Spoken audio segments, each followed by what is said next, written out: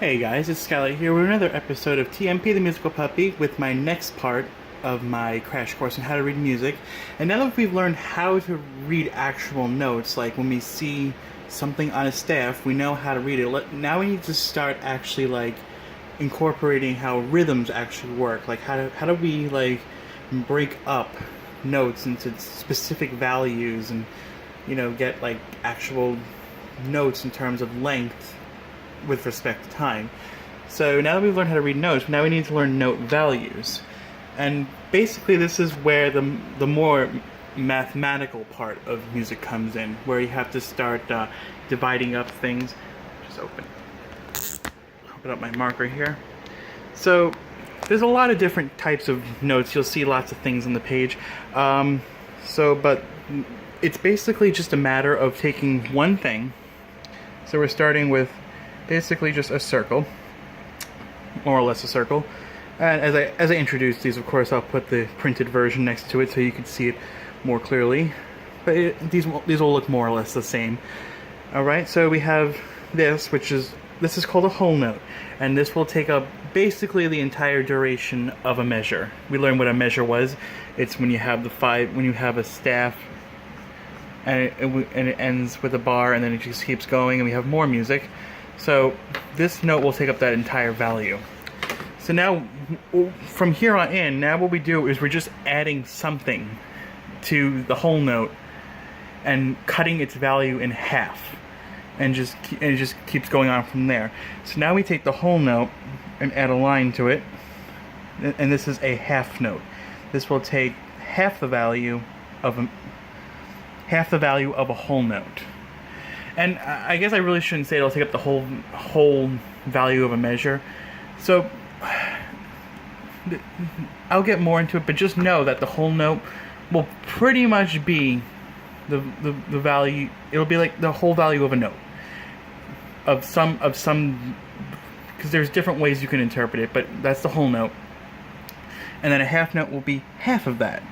And now we're just going to add something else. Now we're going to fill in the circle and cut that in half to get a quarter note. Alright? And now we add something else. Now we add a little flag and get an eighth note. So that cuts the value in half. And now we just keep adding flags. That's a 16th note, 32nd note, 64th note, and so on. And this can be endless. Of course, you probably need more stem to add more flags onto it. But that's basically how this is going to work. Alright, so let's kind of look and see how these will look in context.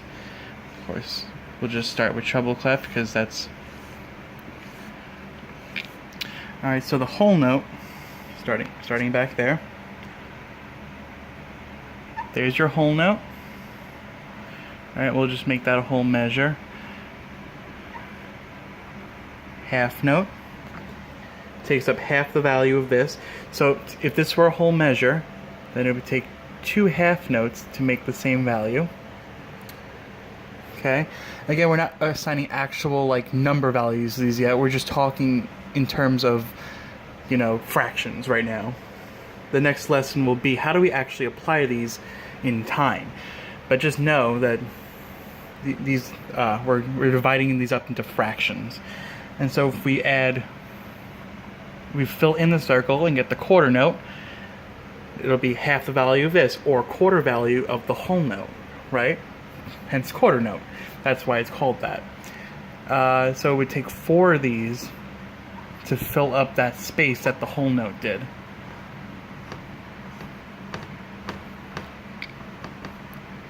Okay? And of course you could also do 2 quarter notes and a half note. Like I said, fractions. So quarter, half is a whole. It makes one of these, alright? Alright, let's move on to even further. And right now the actual names of these notes aren't important. We're just talking about the actual note values. Alright, so if we add the flag to the quarter note, we get the eighth note, which is half the value of this. And 2 of those make up 1 quarter note. So you could write it like that. Another way we can write 2 eighth notes or more next to each other is by combining them with a beam. This is equal to this. All right? And you can combine multiple ones together to make it look a little nicer. Usually come in groups of 2 or 4. Sometimes more. It'll usually look like that. Right? And if we have the 16th notes, if we divide it further, we have that, then the flag just becomes another beam, like that. Same thing for the group of 4. You could also have groups of 3. That's a little less common, but it happens. All right?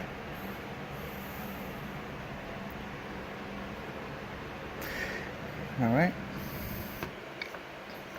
So that's basically how this is going to work. It's just you're dividing it up into half each time. Basically, there's a lot more to it, but this is a good way to get started on that. So another thing is not every single moment in music is filled with actual sound.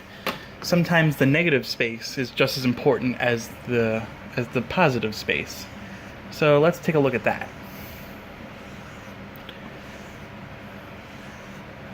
I'm going to draw 2 staves because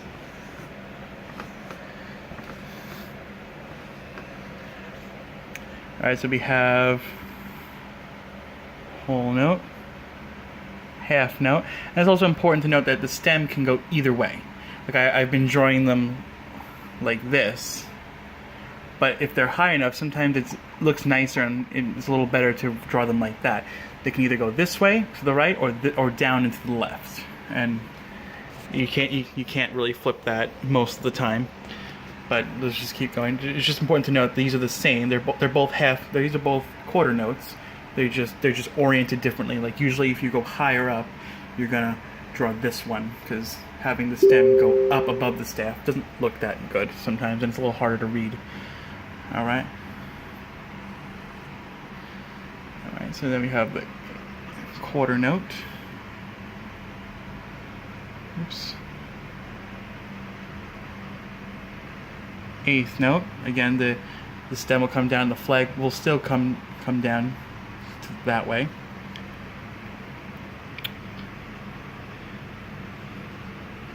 Sixteenth note, and we'll stop there because you can keep going. You just add more flags, and the same thing. So these are the notes. Most of the notes you use, you got a double whole note, but we're not going to worry about that right now. You almost never see that. It's basically just a whole note with like lines on the side. That's a double whole note, so it'll be double the value of the whole note. But just recognize that you don't really see that too often, but it can exist in certain contexts. So now, like, how do we mark when we want to have the player not play for a certain period of time? Well, all these notes have corresponding rests. All right, so this is a whole rest. This is a half rest. Now we have a quarter rest. Now the handwritten, I usually just draw it like this because it's easier, but it actually looks more like this, something like that. I'll put the printed version next to it so you can see, but that's a quarter rest. It looks kind of funny, but the corresponding rests last for the same duration as the note above it. So a quarter note would be the same, so it would take 4 of these to make one whole rest.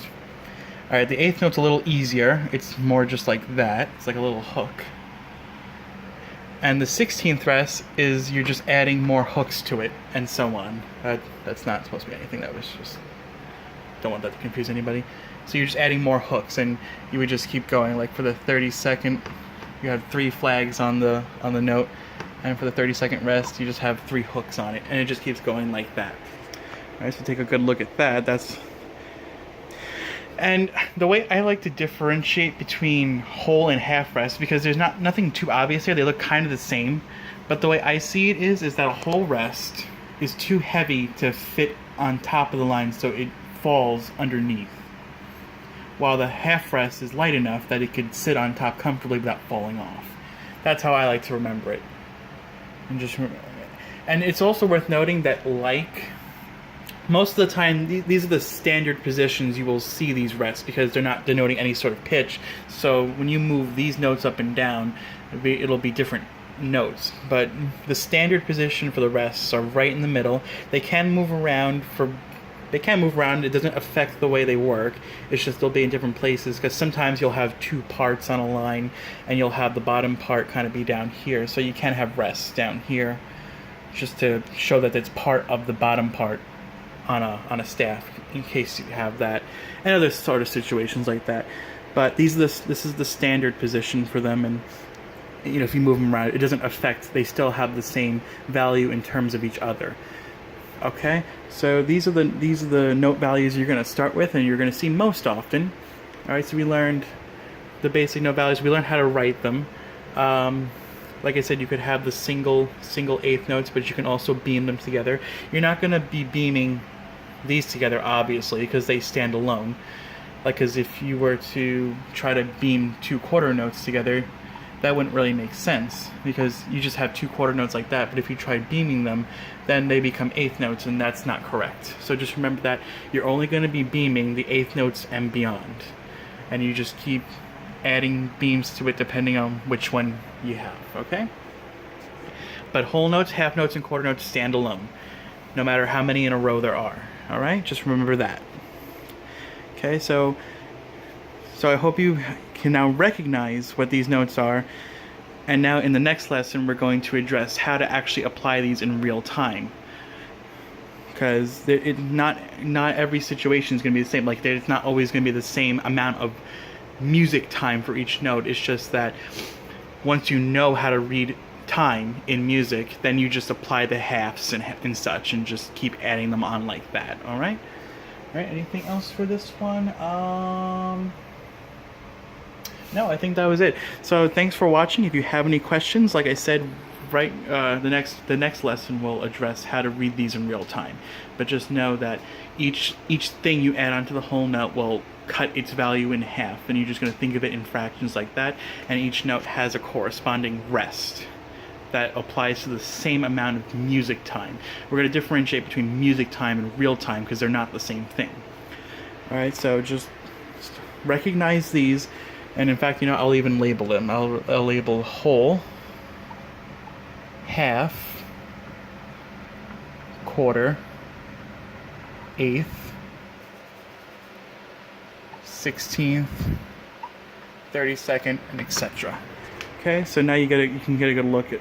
You're just dividing the value in half each time with a different. It's basically you're just adding one line or filling in something. All right. So thanks for watching. If you have any questions, leave them down below. Any other comments too? If I'm not answering a question in a future video, I'll try to make a video to answer those questions. And please come back for next time as we tackle the next lesson. Thanks for watching.